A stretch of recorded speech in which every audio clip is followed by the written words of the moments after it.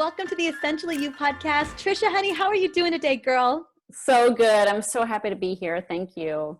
I am so happy you're here too. You're my go-to about getting rid of those cravings, understanding what's really going on when we're running to the refrigerator, running to the pantry, eating the entire house right now. You are my go-to expert when it comes to not only figuring that out, but like literally healing that hunger from within. And Thank you. I know you've been out talking to all kinds of people, talking to all kinds of communities because your message is so profound right now, because there are people right now on their couch watching Netflix, eating like cereal and ice cream. Let's be honest. That was my go-to for sure. Okay, my dear. So talk to me. I just want to have you share. I know I had you on Instagram Live a couple of weeks ago, but I just want to have you come on in and share a little bit about what was the defining moment for you that when you knew that this was your passion, that you wanted to get this message out into the world.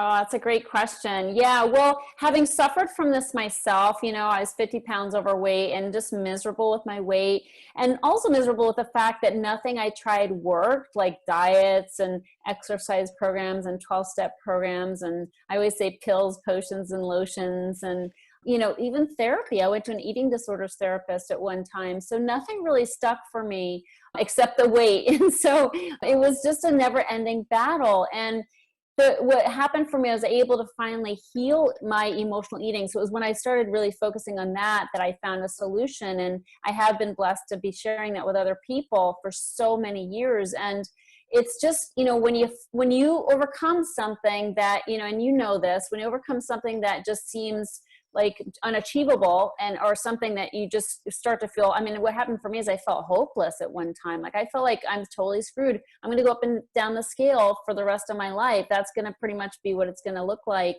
I had 5 different size pants in my closet. Just the whole thing. So, when I found a solution, like a really clear-cut solution for my emotional eating, it was so amazing. I just felt so excited to share that with other people. So that's, to me, it's literally been all I've done my entire adult life is help people with emotional eating.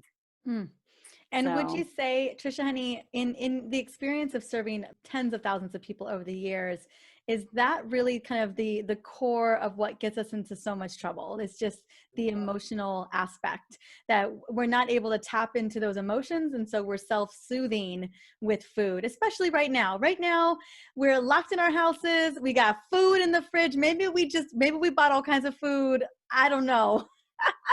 And oftentimes I don't know if we really do know how to manage the anxiety or manage the stress or manage the panic that's going on that we're feeling right now. Maybe managing just the I know a lot of people have their homeschooling for the first time. They got kids in the house for the first time, like all the time, 24/7. Are you seeing that a lot of us are self-soothing with food? Completely. And it's such a natural thing to do. It's really hard for people not to. First of all, we've got all this stockpiled food in our home, more than, I know I've got way more food than I would ever buy normally, because I live in a city and it's easy to go get food whenever I need it. But it's hard to be staring at all that food and to be stuck at home, not to mention, scary news all the time and a total disruption to our way of life. And our sense of safety. There's so many things that have gone on. And I think the most normal thing for people to do is look for comfort. And, comfort eating is what I think everybody does to some degree. So I think it's something that is, going on in spades right now. And it's kind of interesting because people who never would consider themselves emotional eaters are starting to kind of wake up to the fact that, yeah, this might be what's happening here is a little bit of emotional eating. So I think it's hard for people to stop or to know how to create boundaries around food when they are stuck at home and when they don't have their routine. Routine is such an important thing for people. And when that's thrown up in the air, this is what we're facing is a whole lot of emotional eating. That's where the quarantine 15, a phrase comes from. And people are really like, OMG, like what I'm going to do about this because I have nowhere to go. I have nowhere to go and really no solutions. So that's why I'm so really grateful to be on your show and to be talking about this stuff. Absolutely. I was just going to put myself on the spot for just a second. I don't find that, and I definitely have emotionally ate in the past, and definitely moments where that happens. But what I think I end up doing is I reward eat, which is definitely an emotional eat strategy as well. Like if I just rocked my day, or I knocked out a ton of things that day, we make these little healthy treats, these little organic, dairy-free, all the free, right? We make these little peanut butter, almond butter cups with huge chocolate and organic almond butter. And we actually have the little molds to make them. Wow. And we make them really thin and we freeze them. We put them in the freezer, and they are just the most, oh my gosh, girl, I cannot tell you. And I know a little bit about those. And they kind of meet all of my health concerns or my dietary restrictions. They pretty much, they check all the boxes. So I feel like really legal yummy food. Yeah, yes, exactly. And there's been times where no food is that, maybe some berries, and that's it on my list. But right now I think I'm in a position where I can do a little bit more of that. And so we have these frozen, and every night or around dinner time, right after dinner time, I've been treating myself to one of these little treats. And I wanted to just check in with you. Should I be gut checking about it, making sure that it's not coming from a place of, am I soothing or am I emotionally eating? Is it okay for us to have a little treat like that? I'm just trying to, I want some. Yeah. You just tell me what you want, I'll give it to you. So yeah, I mean, here's the thing. Here's my question to you. Yes. My question is, do you eat more than you want to, and do you feel mad at yourself afterwards for how much you ate? No and no. No and no. Okay. I feel really good about it. To me, that's a gut check, and are there negative consequences to what you're eating? And if not so far. Okay, so that's the test. It's the control and consequences test. Okay. So here's the thing. I feel like we're all emotional eaters. Like it's just like, let's just call it what it is. Everybody emotionally eats. It's an easy thing to do. I think God made us to have an emotional connection with food so we would subsist as a species. So that's bottom line. And it's just a matter of it being a spectrum. And I actually have a quiz on my website where emotional eating is a given, but it's a spectrum. So are you an emotional eater on the low end, or are you a food addict on the high end? And you can literally find out where you are on the spectrum. And the thing is, the spectrum is really determined by how much control you have. Like, can you have a snack and stop? Can you eat a little natural peanut butter cup and have that be it? And if you can, you're on the low end, okay?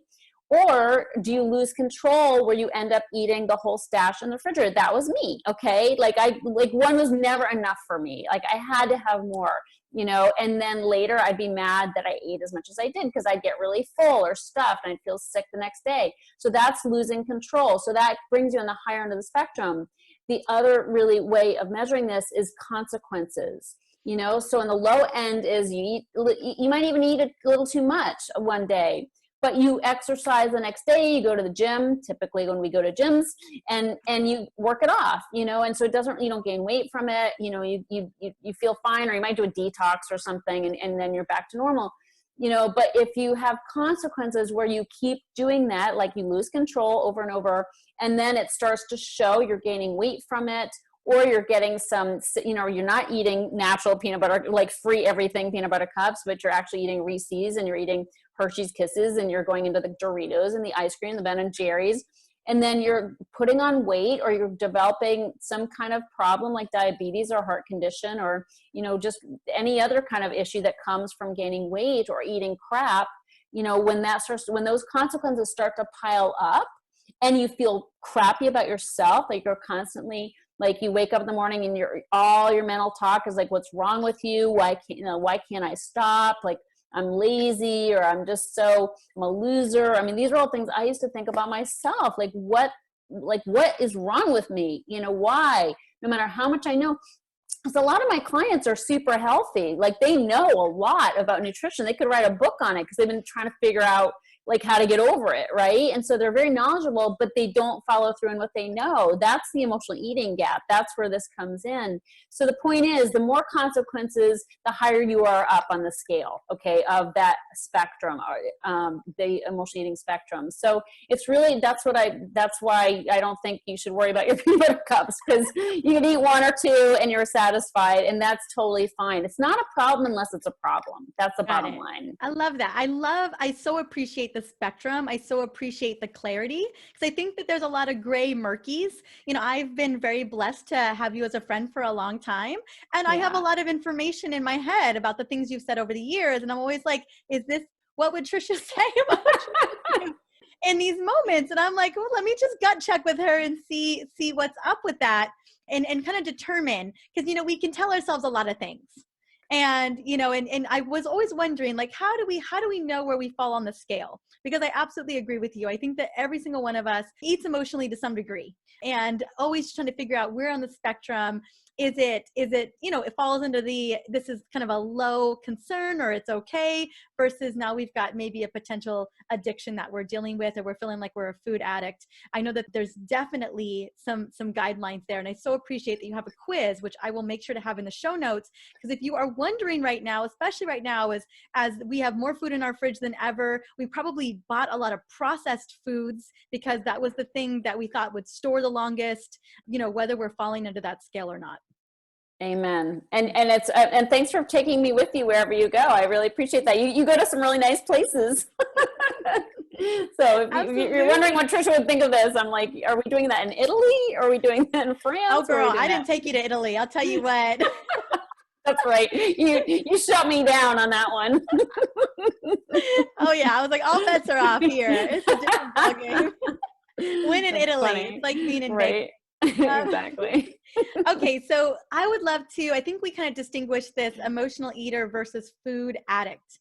And really, I think it's not just so much the consequences, it's more so that we are, would you call it, we are abusing food, we're eating food even when we're not hungry, you know, and I know I'd love for you to differentiate between emotional and physical hunger, because I think we get that really confused as well.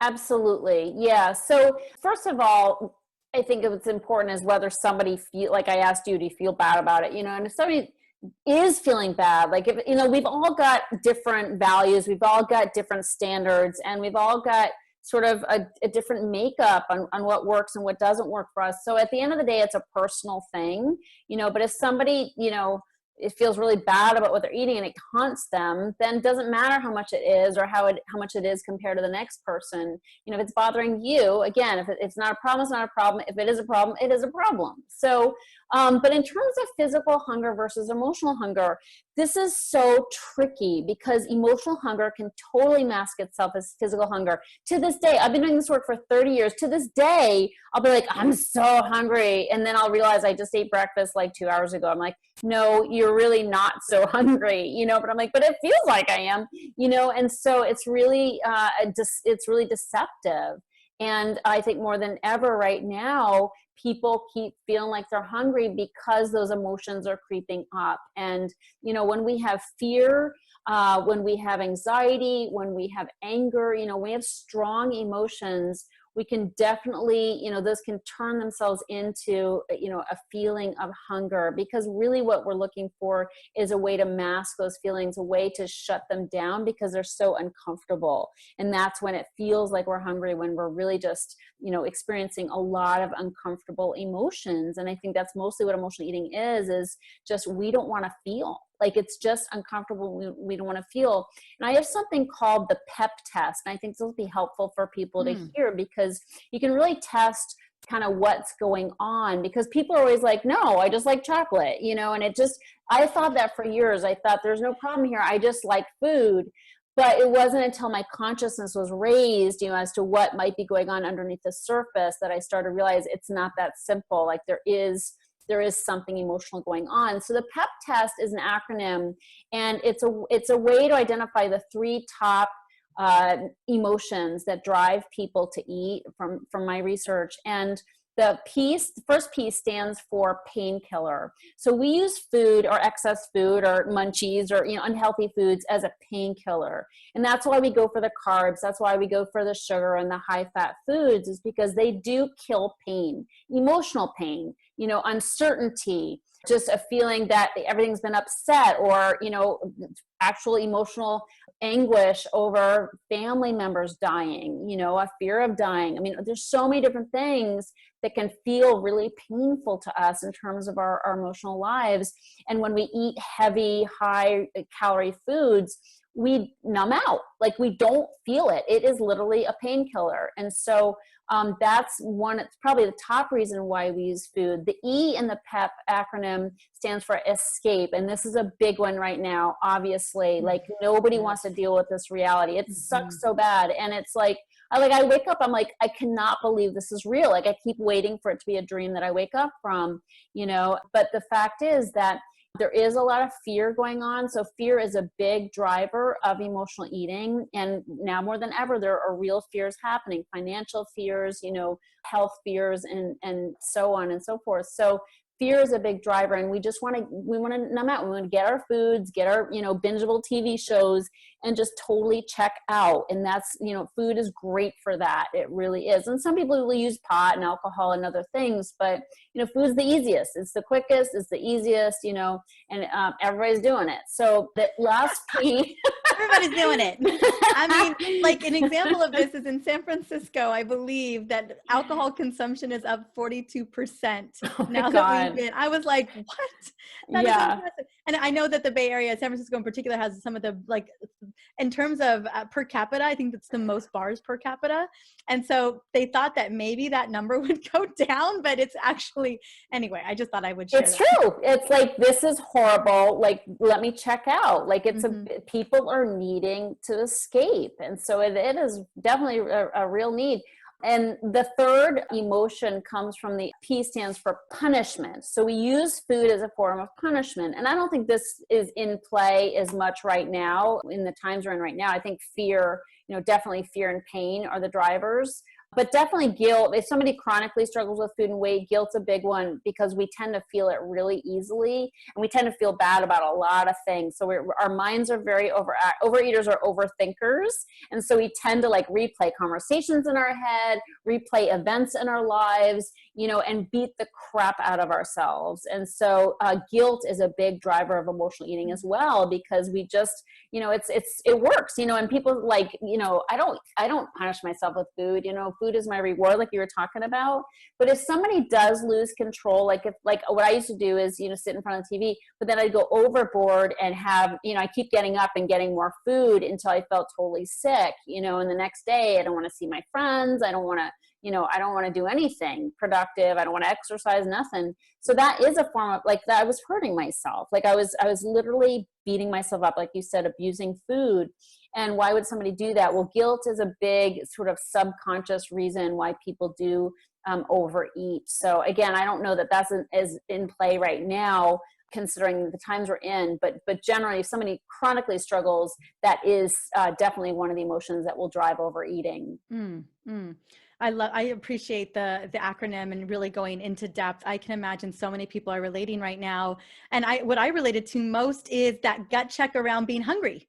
And I will look and see, and where I normally find it, and I full confession, I've been working, I feel like I'm in a launch right now. We've been working so much, and I've got my book on the back end. And so every night I'm just letting y'all know, I've been working till like 11 or midnight every night. And it's usually between breakfast and lunch, or between lunch and dinner, because I don't do breakfast, I intermittent fast.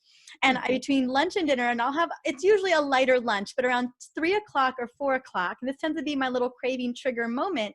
And, we're almost through the, like, what I consider to be a normal work day.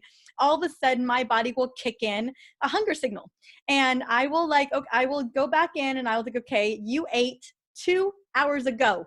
2 hours ago, you make it 4 hours all the time. You are not going to starve between now and dinner, and it just, I'm like, okay, so what is this? Why is this really intense it feels like I'm really hungry moment. And I think sometimes, I know for me, I think it's just maybe the stress levels are too high at the moment, or maybe I'm feeling low energy, feeling a little exhausted, a little depleted. But it is so important for me to do that gut check. And usually I'll make a tea.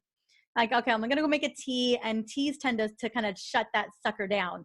But, it is so strong, Yeah. and I always check in, and I'm like, did I honestly not eat enough? And I still, for me, I know my cells are the happiest and my mitochondria are happiest if I don't snack.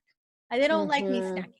I don't think It's it's like any of true. us snacking. And No. so whether I didn't eat enough at lunch or not, I'm going to wait it out. I'm going to get to dinner, because I'm not trying to throw myself into a pattern where my body is thinking I need a snack every afternoon. Yeah. And so anything you can speak to us on that as well, like in those moments, Yeah.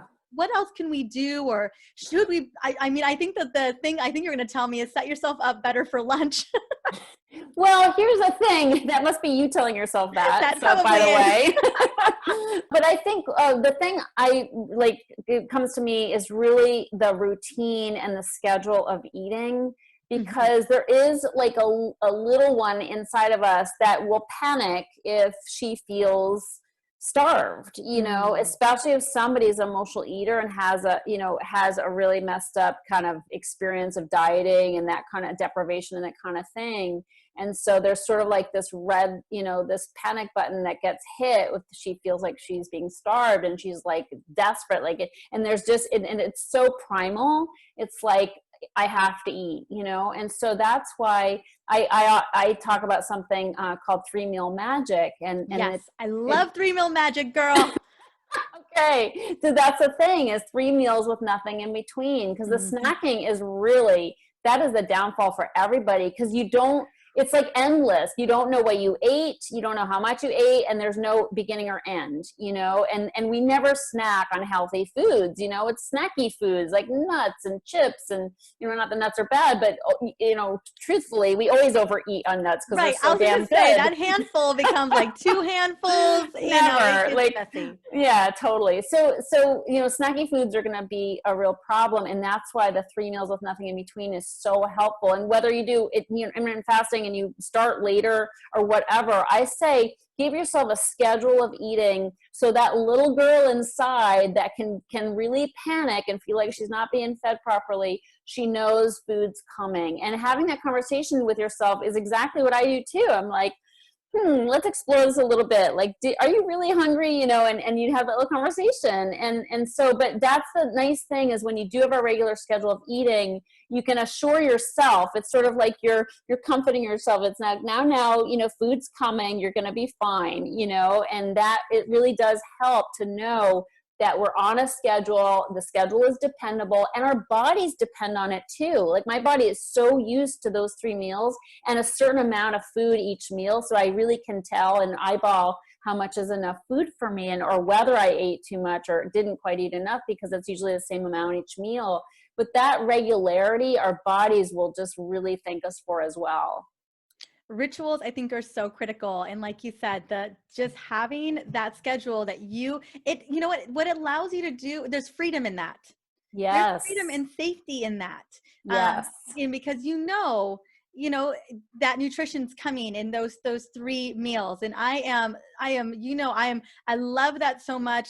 I don't snack, and at the second my body is asking for a snack, I'm like, we don't do snacks. Like, what's Yeah. going on? Like, what am I really hungry for? And that's the question you lead us back to every single time. And I think as long as we're feeding our bodies really healthy, nutritious foods, good proteins, good fiber, good fats, lots of yummy veggies, like, we really should have the things that we need. So I'm glad we're having the snack conversation, because I have a feeling not everyone's going to be liking this whole snack thing. I know. But the thing is, I think what's really important here, I just have to say, is that we're not taking your snacks away from you. It's really what needs to happen is, 3-meal magic is a diet unless you put legs underneath it. And so that, to me, is, like the work I do with my clients is really dealing with the underlying causes. So just like trying to not eat your snacks, or trying to just eat the 3 meals and nothing else, that is hard for people if they've been habitually snacking and habitually eating, more than their body needs. And if they're doing that habitually, it's for emotional reasons. So we got to dig under and deal with the underlying causes. Otherwise, it's a diet that's going to fail eventually, And so that's really what's important, is dealing with that pain, that fear, and that guilt, and all the other things. And I really dig into that, with my work, because otherwise we're just holding on, white knuckling, until we break out in a binge, and so it's really important to do that deeper, clearing out of things that are, in our way, so we can have the freedom to choose to just eat the 3 meals and not have it be totally insufferable. I love that. So the deeper work. Yeah. Are there things that we can do, let's say, as we're doing the deeper work? Because let's be honest, the deeper work is a deeper process, and it can take a little bit of time in that process. It can, but I will say it's not like, I'm not talking therapy. Okay. It's like, it's a lot quicker than therapy. Okay, good. It's not hard. It's like, here's the deal, Maritza. Sorry, I'm kind of interrupting you here, but I've identified 24 personality traits that are just completely almost standard for emotional eaters. Anybody who's struggled, emotional eaters to me is usually somebody who's struggled chronically with food and weight. It's usually because of emotional eating, but there's 24 personality traits that if you identify these, you find the ones that are you, and then you trace them into your life, you can make changes in your life very quickly. So I'm not talking about going back and dredging up all your old stuff with your family or whatever. I'm talking about just these shifts in the way we operate in the world. And I'll give you an example, and that's people pleasing. The number one trait of emotional eater is people pleasing. And the reason why this leads to eating is because, first of all, we knock ourselves out to try to please people, right? So we end up exhausted. But then on top of that, what happens is that we're kind of pissed off too. So we're not only tired or pissed off because nobody's ever as pleased as we want them to be. So this is an example, and we go home and we have the I deserve it binge, right? So this is an example of how we operate in the world needs to be shifted. Like, we just have to take a look at it and see, where am I doing this? And why am I doing this? And then making shifts. And then it's really going to heal those cravings that seem like food cravings that are real. I appreciate that. Absolutely. Sorry to interrupt. I kind of totally hijacked that, but no. I just want to talk to you about that. I will tell you, people pleasing isn't always easy to get over. No, it's not. You can't do it alone, because it's like it's so habitual, and then everybody around you is used to you doing it. Yes. So it's a big payoff for them. And so you need support if you're really going to change your ways. Like, nobody can do this alone. Nobody can overcome emotional eating alone if it's a chronic problem. Well, I'm so glad that you are here to help us, girl. I would love for you to share a couple of things. Let's say we have this moment and we identify, this is definitely emotional eating, and we're digging into it. Are there little things that we can do, I would call them distractions, but other things we can like saunter over to do? Maybe go outside and get some sunshine, maybe, do some breath work, just some things that could maybe just get our mind off of it once we kind of recognize. Completely, and those are both good options as well. Changing our state is so important, and going for a walk, there's nothing, I think, more healing than just going outside. I put earbuds in my ear and I pray. I talk out loud to God. So it's really nice. But I sometimes will make a phone call.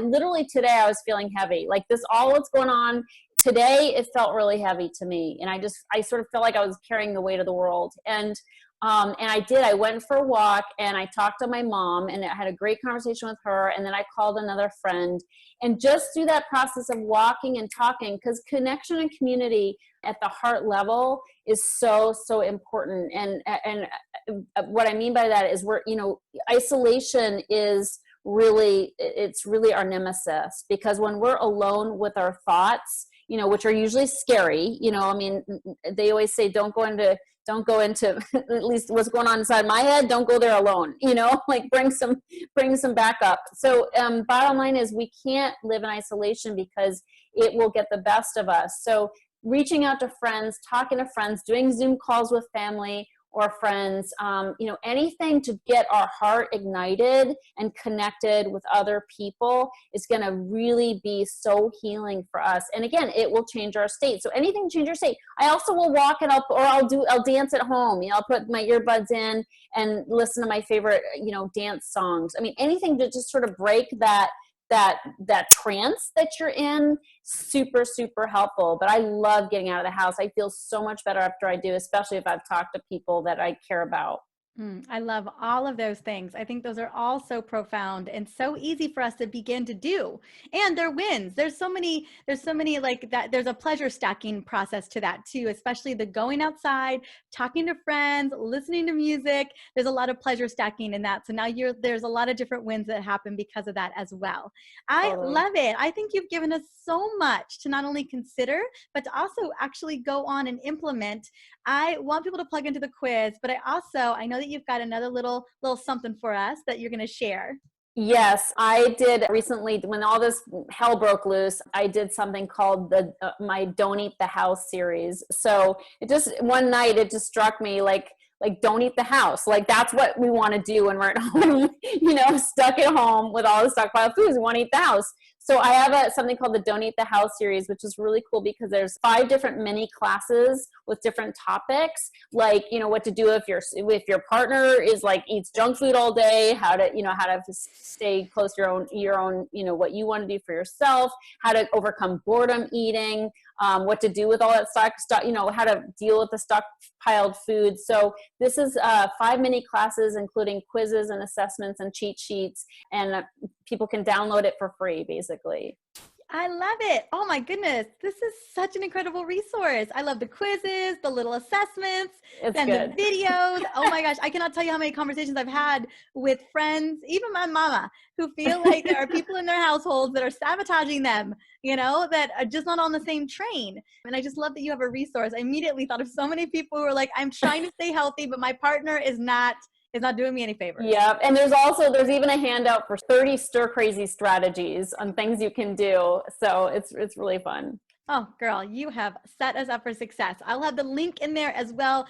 Go and grab it. If you find yourself trying to grab that snack, if you find yourself doing a little bit of overeating when you're watching the Netflix, or you've got someone in your family who is not setting you up for success, please go and do yourself a favor. Knowledge is power. It allows us to move through and make better decisions for our body. Tricia, you have done such a marvelous job at providing us so much guidance here. Thank you so much. Thanks so much for having me. It's always such a pleasure. See you soon, girl.